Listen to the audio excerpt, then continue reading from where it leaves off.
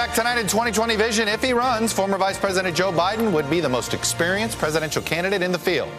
And that could be both his biggest asset and his biggest liability. I think America is better positioned to lead the 21st century than any time in American history. As Joe Biden looks to lead the country in this century, some of his positions from the last century may be problematic. Madam President, we have predators on our streets that society has, in fact, in part because of its neglect, created. Biden's championing of what is now considered a controversial crime bill is just one of the ghosts of his past that could come back to haunt his 2020 candidacy.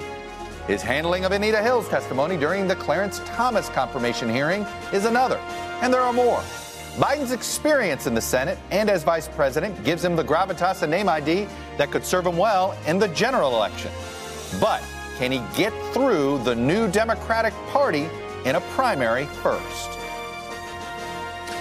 Look, it's not just the baggage or past issues that could be a problem. Biden's longtime identification as a so-called centrist or center-left guy is an issue for the Democrats' progressive wing, eager to push the party entirely to the left. Hello, YouTubers. If you're watching this, it means you've checked out our channel, so thank you. Now do me a favor, subscribe by clicking on that button down there. Click on any of the videos to watch the latest interviews and highlights from MTP Daily and MSNBC. You can get more Beat the Press content every morning in the First Read newsletter. If you're tired of content that you don't know anything about where it came from, you don't have to have that problem with us. NBC News, MSNBC, MTP, and the Meet the Press mindset right here for you on YouTube. Subscribe now.